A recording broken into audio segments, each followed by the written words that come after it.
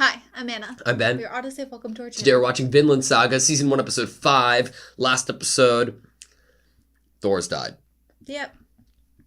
You went down like a champion, though. I know. To the point where even a character that could possibly either be a replacement father figure or big bad was even, Askeladd. like, wow, this guy's pretty cool. I feel like it was also like our first real example of a fight in this show and what that could look like, and I'm sold. Like, it was, like, I loved How do you see any fight after this one and it not just be, like, disappointing? Well, I liked that it, instead of, like, leaning on the, oh my god, crazy animation moves, whatever, it was, like, more, like, I think last episode in the discussion I compared it to Shikamaru. Like, it was, we like... talked about Shogi. Yeah, like, it was more, like, outthinking the person. Like, I loved Askeladd's, like, attempt at trying to get the win or get the kill there. And I also loved, like, the respect that both of them were able to have for each other of, like, what was the line? That they could, like, smell it?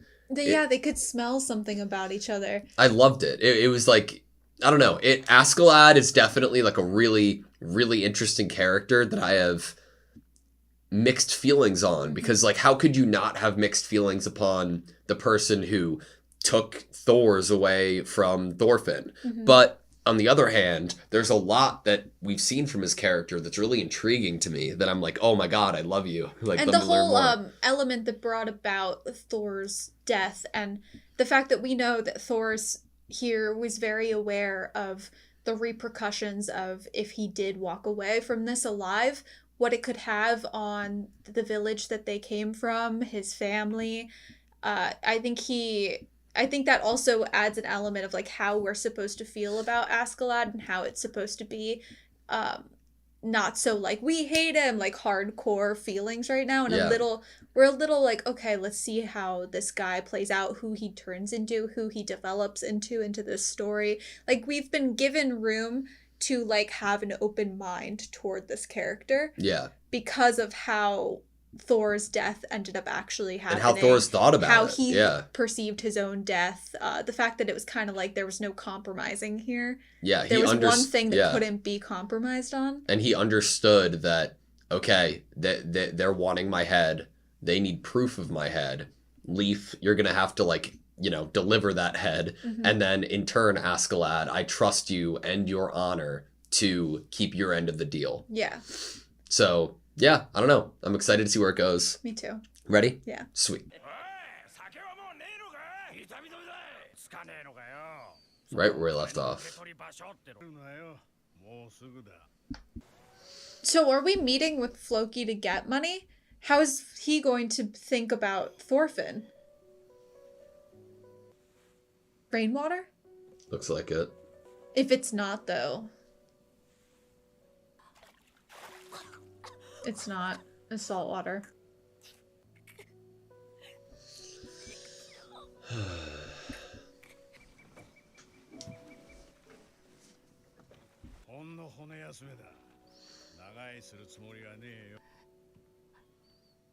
How long do you think it's been? I don't know. Probably a couple days.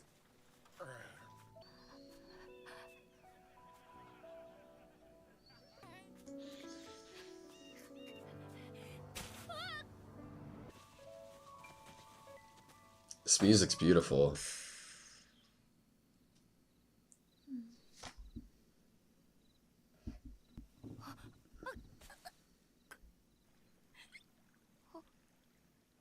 Water. Like a fresh stream? God, I love that you can see how dry his lips are.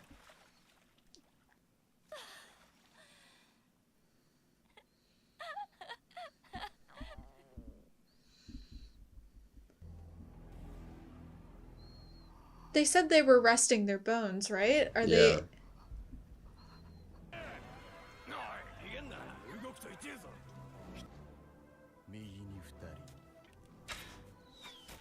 Jesus. Their archers are good. Hearing's good.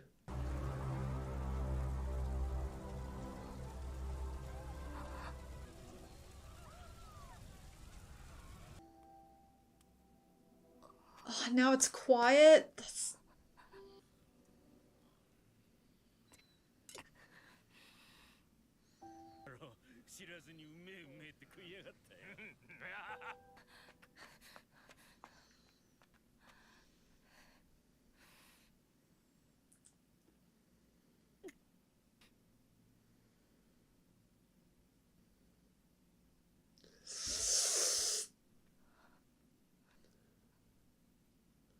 Oh my god. It's not gonna happen. I'm just nervous.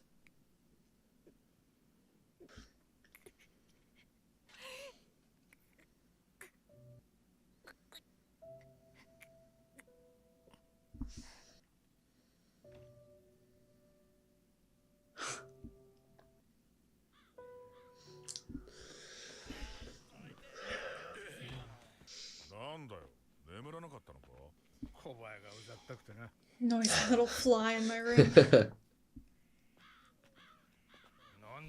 There he is.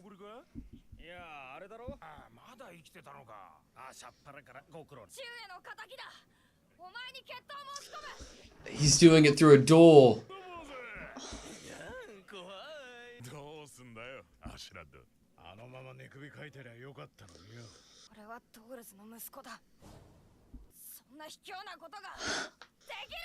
Ah.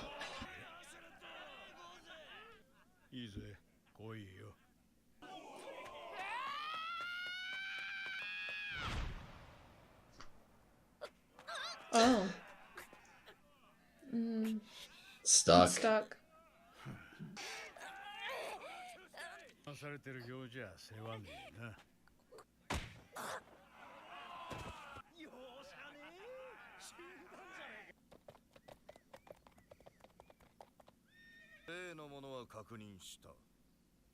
His pay.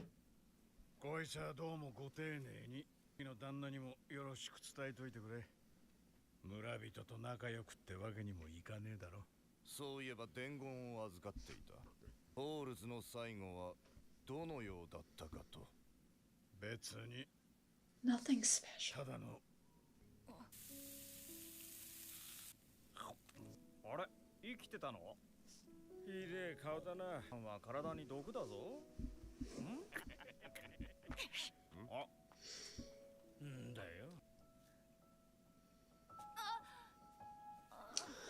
He's trying to do it all on his own. He's trying to take care of himself. Do it his way.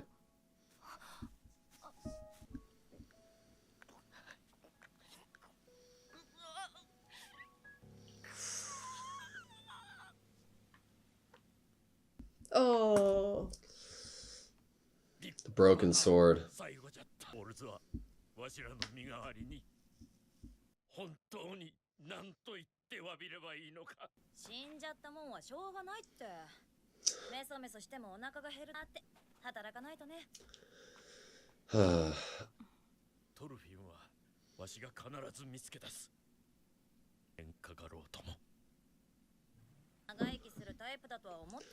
I feel like Ylva's grieving the hardest.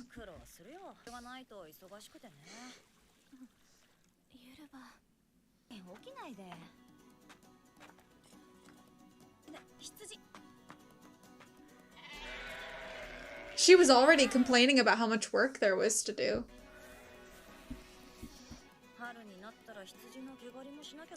Damn. It's like she doesn't have time to grieve.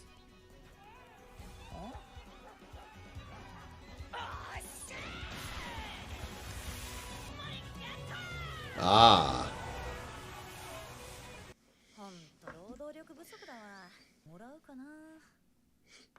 Ari?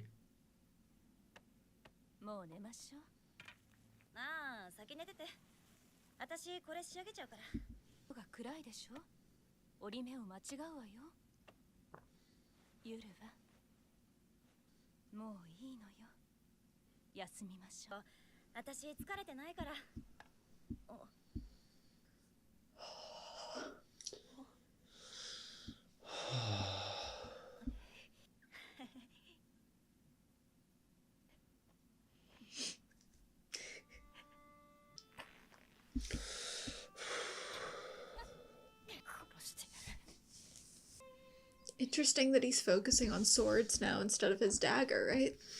Like his dad.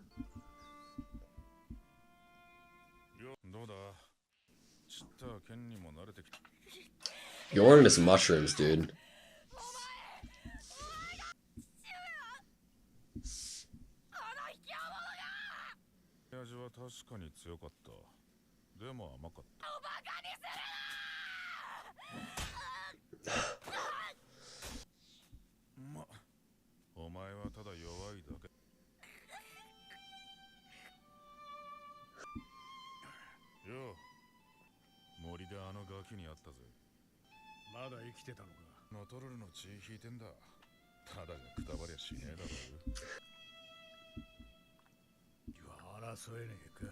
I love that it looks like blood, too.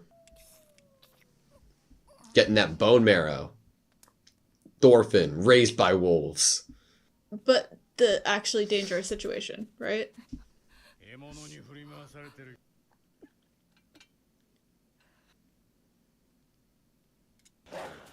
Pivotal moment.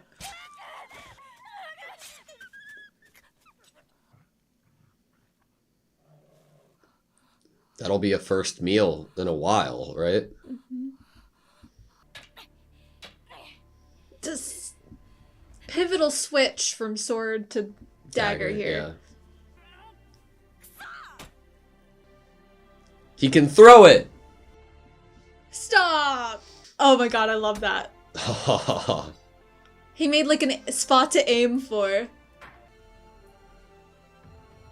The music. This is the most badass training arc I have ever seen in my entire life. The precision of like slicing those leaves at the like stem from the branch.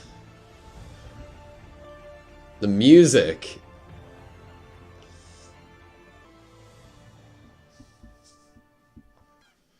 They're not gonna they're not gonna stay for that long. They were resting their bones. Rematch. Oh!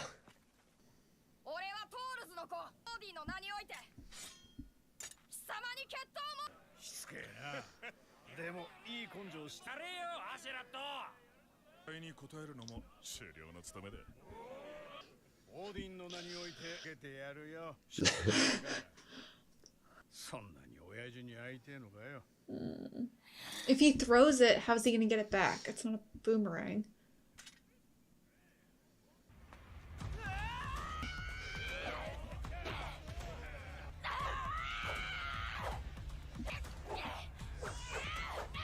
Askeladd's enjoying himself. Oh.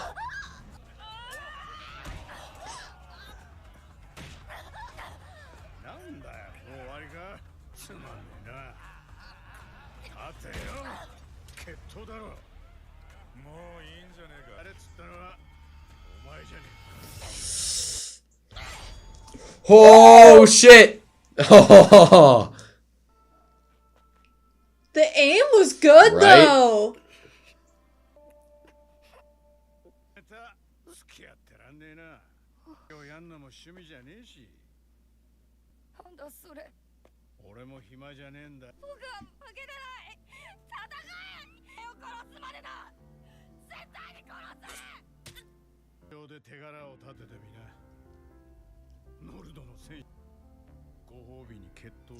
Oh.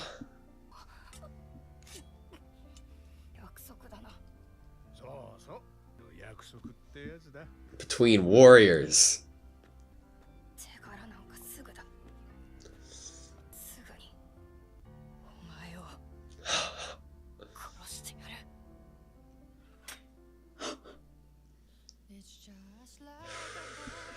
Okay, that was Vinland Saga Season 1, Episode 5. Okay, I have a lot that I liked about this episode, but one thing I want to like touch on immediately, just to make sure that I don't forget to touch on it, is Ylva's scenes this episode.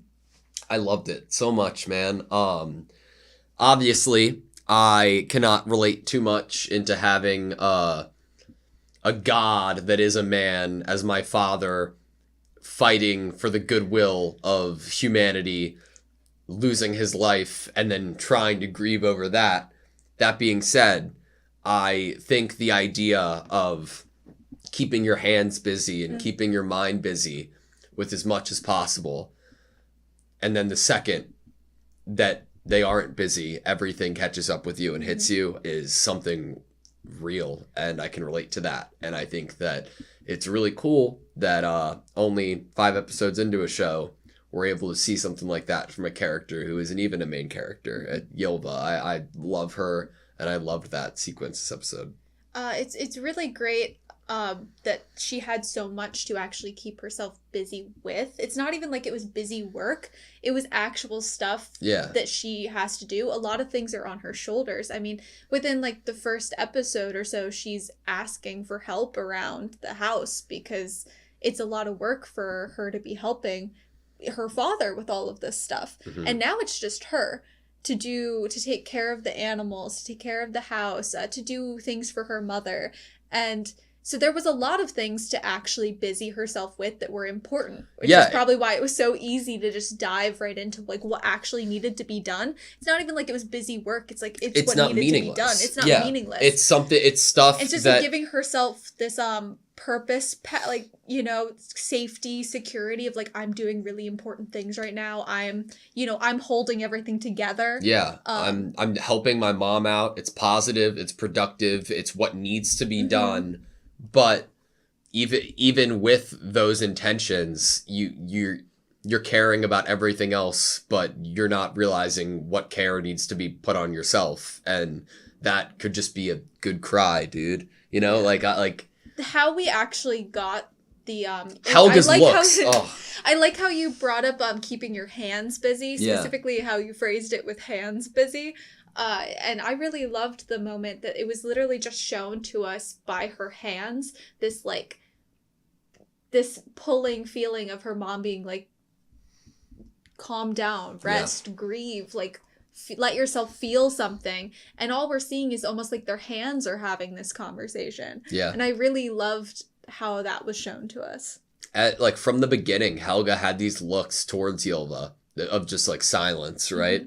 Of her like putting the pieces together and understanding what she's going through, and like giving her the space to do her own thing.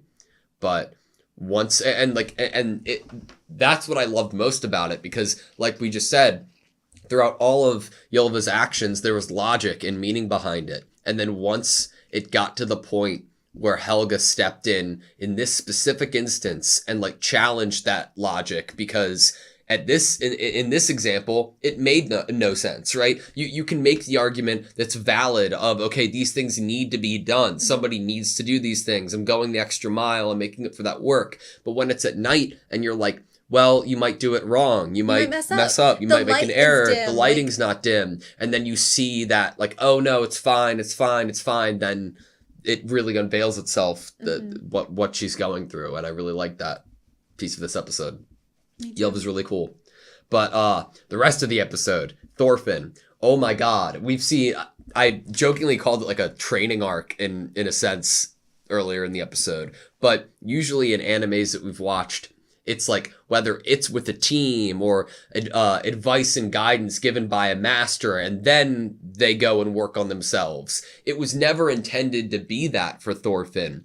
The most he took away was a line that Askeladd said with no meaning necessarily behind it, in hopes that Thorfinn would improve. I think like more than anyone, Askeladd was surprised that he was still alive, right? If it was anybody else, he wouldn't be. But Thorfinn had that dedication and that will and that urge to survive and that need to survive because his work wasn't done. And in doing so, he figured out so many things for himself and by himself. And that means so much more to me than somebody else just telling him what to do or being like, go work on don't use the sword, that's bad. Use this instead. Nah, it was like, this is what, you're letting a sword take control over you in a fight. And rather than being like, okay, well, I'll work up until I get to a point where I can control the sword, Thorfinn's logic was like, okay, well, what's the more immediate next step solution to that? I have a smaller blade in my hand. It's easier for me to utilize. He pulled off the kill in real time with the wolf. I loved it. And what we get there is a kid taking on the mantle, if you will, of their father after their father's death, trying to be and embody their father to the point where you're picking up a large sword that is for a grown man and you're trying to fight with it. And so, yeah, he took that one kind of maybe even meaningless, insignificant line from Askeladd about letting the sword, the Askeladd wasn't saying that maybe with tons of meaning behind it. It was like a little breadcrumb. Yeah, and he took that, and that was like almost the dialogue piece that informs the momentum and the trajectory for the rest of the episode, and it is almost like highlights what's going to be going on a deeper level throughout the episode of him kind of taking up that sword and then realizing and dropping that sword. And I think that what also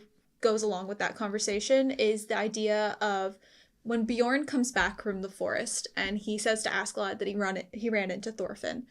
And during that conversation, they bring up Thorfinn having like the blood of his father, and then obviously there'd be like similar traits.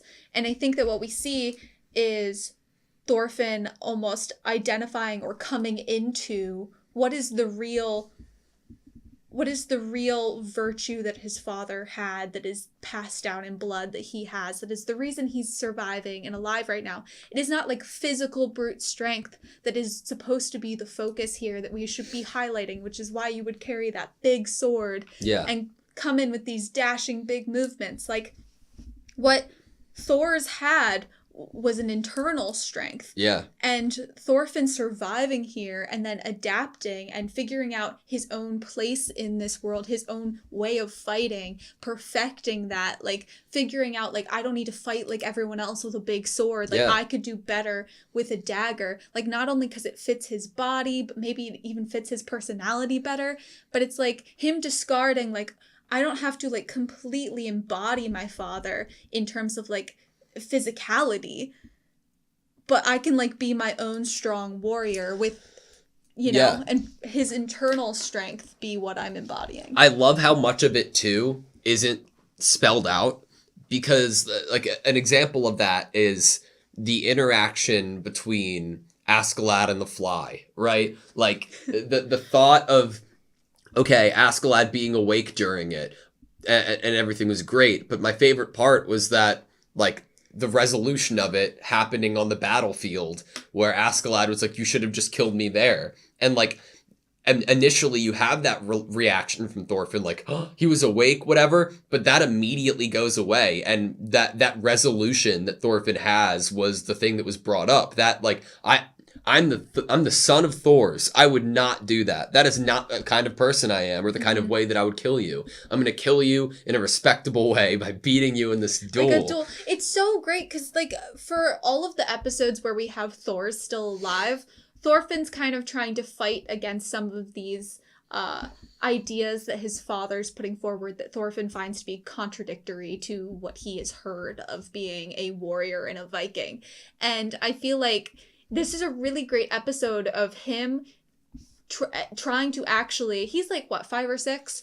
Trying to process what his father's words actually meant and why they are significant, and how he can maybe take some of that into his own beliefs, how he can almost see the world. He's learning by experience too. Like he saw the village being burned alive. And he knew he didn't like that. He struggled to kill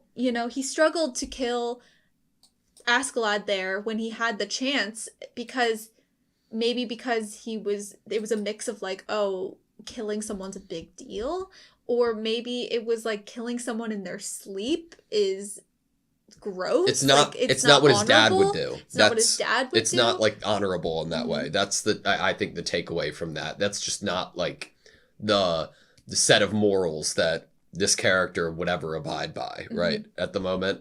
One of like a really small moment that I loved in this episode was when Thorfinn was like dying of thirst. He heard the water, and in my head I'm like, oh man, like I hope that he's able to quench that thirst, but you know what's going to come immediately afterwards. And then literally seconds after he takes that drink of water, you see the biggest smile on his face, just for a second, and then you can hear his stomach rumbling. And then he goes, and he eventually is offered food. Just there's scraps, but food from these people, and he says, "Fuck that! I'm not gonna take it. I'm gonna find my own food." And he isn't skilled or well equipped enough to do so yet, so he goes back, and he's barely getting anything. Then, I just love the whole progression of, in one episode, he has taken what like a breadcrumb of knowledge that was given to him by Askeladd and whatever memories he has of his father, and completely like evolving himself. And this whole episode is just continuously, while we're getting dialogue from the pirates of, oh, he's still alive, oh, he's still alive, we're like continuously seeing his survival shown to us, and that people are surprised by that. And then it comes to this heightened moment of like him surviving against, you know, odds with a real life predator in front of him that is going to kill him. And this is also like, I don't know if in his village he ever did any hunting. I'm going to guess probably not because of his age. I imagine he did don't fishing. Know for sure. Maybe fishing. But this is a very big deal because this is a predatory animal. This is a vicious animal that is coming for him. This isn't just he's sneaking up on a rabbit and killing them, which he does later on in the episode. But this is like a big... Like, if you didn't get it before, what's being shown to us, both in, like, subtext and, like, imagery, you get it here. Okay, I have a couple more things. One, the conversation that Askeladd had with the messenger about, like, he was getting his pay, and then the messenger was inquiring about what Thor's death was like. And Askeladd replied about how his death was a normal one. Nothing special. Nothing special. It's one of the only moments that I, like, wrote down from the episode, because I was like, I wanted to talk about that word choice, that choice there. So immediately, like, I obviously, I think throughout further character development, we'll be able to have a better guess at what the meaning was or significance or reasoning behind that wordage. But my immediate reaction to it was like, I wonder if Askeladd is taking that glory away of, like, details and specifics that potentially Floki wants, right? Like, if Floki is like, oh yeah, I want to know everything. I want to know how he died. What was he like? What was his temperament? And it's like, oh, it was normal. Nothing. It's kind of like a deflated balloon, it's you know? Not even, it's almost like that wouldn't even necessarily affect, maybe Floki wants to hear how it went, but imagine the stories that would be passed around of, like, it would become, like, lore, and, like, people would be spreading that around. The stories of this great, big, almost legend of a person, warrior, being killed, and the details of that death would be passed around to everyone. And that almost seems like a diss to Thor's and his death. And so... I don't know though. Because because that was my initial reaction, but then I can easily be like, okay, if in a culture like this, if you were a mountain, like a huge troll and protecting everybody in your party, making sure that your death wasn't going without reason, right? You're protecting your kid, you're protecting your friends and your whole village at home, and you put up this grand battle that you ended up beating these people. Like, you could live as like a legend, right? There could be this like huge positivity behind it that Askeladd is taking away from Thor's. But I don't know his character well enough to say, because like for some reason initially I'm like looking for a reason. I'm trying to figure out what his intentions were by saying it was an insignificant death in like a I like Askeladd kind of way. Like a what's his reasoning for it? Let me think about why he would do this rather than like a negative light, which could totally be the case as well. I think especially since we don't have any further knowledge, like we've only watched now to episode 5, so we can't fully like answer that question at all, I don't think, but it's a really great discussion point or like question to talk about is, why would someone keep this a secret? You know, if you are someone that is paid by other people to do things, wouldn't you want to float your own boat? wouldn't you want to brag about how you took down this mountain of a man, basically? But he doesn't. He doesn't use this as like a spread the word about me to other people and then they'll give me more money to do more things. That's true. It wasn't like I defeated Thor's, you know. Yeah, he doesn't like wear it as a badge like, I am Askeladd, killer of the troll of Jarm, you know? Yeah. Like, he doesn't flaunt it. And so it's a really confusing thing that's happening because it's like, how much positive should we be putting onto this character? Yeah. Are we just wanting to like really like him? Are we supposed to still be like, it's so complex of like, how am I supposed to be feeling about this person? What are their reasons and their motives? Why would you keep it a secret? Why wouldn't you keep it a secret? Well, part of me feels like, and it's just out of nowhere, but like part of me feels like Thor's would like that response if it was just a normal death. Like, I don't know why. I almost feel like I totally agree with you. I think that Thor's would hate if his death was some big story. I don't know. It's just... It's almost like he would want it to be represented probably as like something that didn't have to happen. Like maybe. Just a death of a person, a needless death maybe of a person. What do you think? Do you think, so you know how Leaf was like, I'm going to find him. I'm going to find Thorfinn. One, do you think that that's the case and Leaf will be the eventual, like, catalyst of bringing him home? Of Thorfinn. Yeah, or do you think Ylva's motive or decision-making is going to change after grieving some? Do you think that there exists a possibility of a world where Ylva, after grieving a bit, being like, well, I'm not going to fucking lose anybody else. Thorfinn's still out there. I'm going to go myself and find him. I don't know if the culture's like that, though. The only thing... I mean, that is another thing. But the only thing I was thinking before you said that was she can't leave her mom. True. She's the one caring for the sheep and, you know, doing a lot of the household things since her mother is weaker and I think sickly. So... I don't think she can just... Unless the whole village was going to come together for her to, like, help her mom. Maybe she's like, okay, Ari, I'll marry you under one condition. You bring my little brother home, you know? My boy Ari goes out there, slays the world. I mean, she did mention maybe I need to get a husband. Yeah. Ari...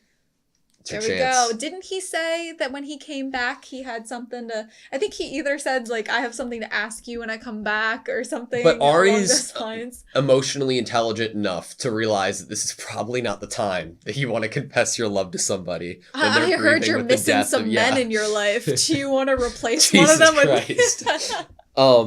You're right. There's a time and a place for proposals. You're right. And Ari is cool enough to know this is probably not it. My last thing is talking about that achieving something on the battlefield and what that means for Thorfinn. This promise that was made at the end of the episode. Big ups for Askeladd to even say, like, then I'll give you the duel. Like, I fucking love it. I'm sold. I cannot wait. I love Askeladd too. But what does that mean? Does that mean Thorfinn fighting with them? Does that mean Thorfinn going out on his own and doing something that Askeladd would deem an achievement? Like, what is that in actuality?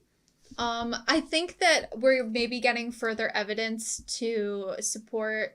We were trying to figure out last episode when we ended the episode off with him being left to die. We're like, okay, how do we get to a relationship between Askeladd and Thorfinn, and what even is that relationship? What would it actually be like narratively in our theories? Yeah. And I think that I landed in a place where there was going to be I trust you, but I don't trust you. Like a relationship where it's like they like each other, but also like I might have my knife at your throat, and so you better be like ready when that time comes. Yeah. And that does seem to be the energy of like there's going to be like a trust there and maybe a care there on maybe from both parties, but also like you could turn around and kill me at any minute.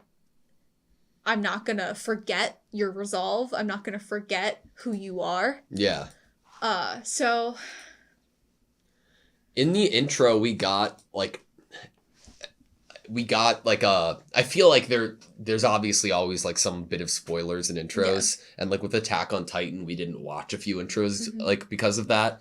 And going forward, if the intros change and stuff and we're like told about that, that might be the case here. But obviously we've seen the first intro. And in the first intro, I'm pretty sure that Thorfinn has 2 daggers, right? It like during the fight this episode with Askeladd, we're like, well, what if you throw one of your daggers? Throw it, you know? and then you don't have another dagger. But if you have 2 of them, you have 1 to spare to throw, just right? Infinite amount. Just that would be crazy. I think that you could maybe pick up a vibe of what his relationship is going to be like with these pirates from the intro, specifically the scene where it gives you this wide view of the ship, and you start with like Bjorn and Askeladd at the front of the ship, and then you swing and it's Thorfinn older by himself. Yeah.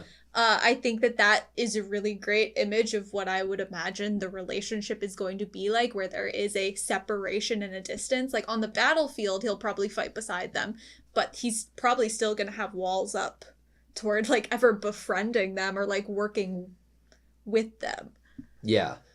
If I had to take a guess at the moment where he's going to get the second dagger from, if he gets one, like the intro showed, it's going to be Bjorn, because you saw that Bjorn had like a little dagger in the front of his notice outfit. That. Bjorn has an interest. Both Askeladd and Bjorn have an interesting like expressions that they make regarding Thorfinn. Yeah. And I really did like that little forest talk. Yeah. Before Thorfinn swung his sword. He does have one. A little dagger. It could be him. I like that. Maybe. I like that because he's almost like that conversation in the forest almost felt like a little like nudge, like you're doing a good job, kid, kind of moment. Yes and no. But then once he swung his sword, he was like, you're weak. See, one of the things that I'm loving about this show is how not you're doing a good job, kid, it is. Yeah. It's just like happenstance. Like, oh yeah, I just ran into that kid in the forest. He's like barely surviving and pretty shitty with the sword. But like, it's like they're not giving him any coddling or this is what you need to do. You need to set your sights on this in those moments. It's like very like brutal and nonchalant, and I love it. It's almost like they're all watching this like it's a TV show. Like Thorfinn is their entertainment. They are intrigued by him. They're intrigued on if he survives. Probably initially because of whose kid he was, but then now probably because of his personality and the fact that he's survived. I'm so curious where they're gonna go in terms of like morality in the show, if they ever touch upon, like if they like ever try to put that under a microscope, because obviously there's so many different like shades of it 5 episodes in. Like these people, like we're used to anime that it's like, oh, these are the good guys, these are the bad guys. But like sometimes the good guy actually becomes a bad guy. Yeah, but in this, it's like the way of history and the way that this conglomerate of people are going. They're murdering people. They're taking advantage of people. They're burning down villages. But at the same time, they are interacting with our main character, and we can see positives in characters like Askeladd and Bjorn. Maybe not so much in the dude who has crazy good hearing, because we don't know a lot about him, and all we know that he's good for is telling archers where to aim. And yeah, sure, that's a great ability to have, dude, but I don't know about your entire life.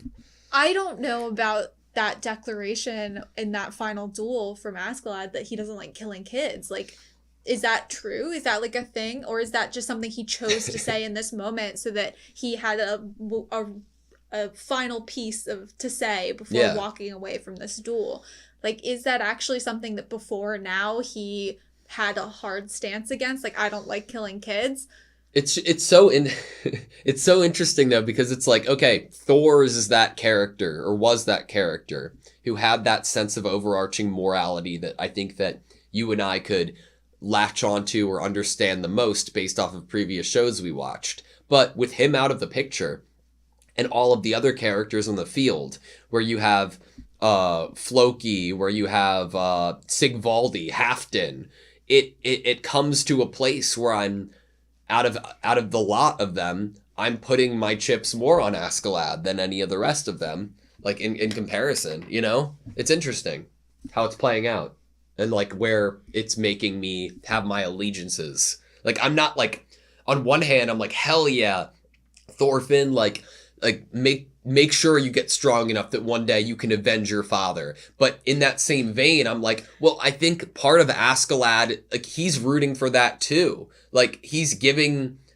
Thorfinn the room to be able to achieve that for himself. And because he's doing that, it makes Askeladd all the more interesting and like lovable as a character himself. It's really cool. The whole thing is cool so far.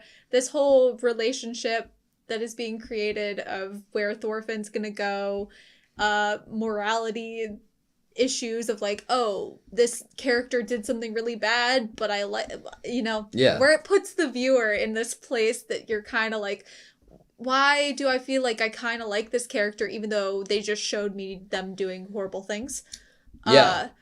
So, and it leaves me feeling very conflicted, which I think is an enjoyable experience because I want to feel a wide range of emotions when I'm watching something. I want to feel something. Yeah. Make me feel something. Make my stomach hurt if that's what you want to do. Like, that's fine. I'm here to, like, witness whatever you want me to feel or think about or see.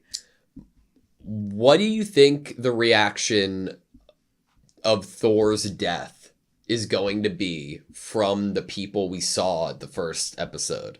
The people fighting alongside of him.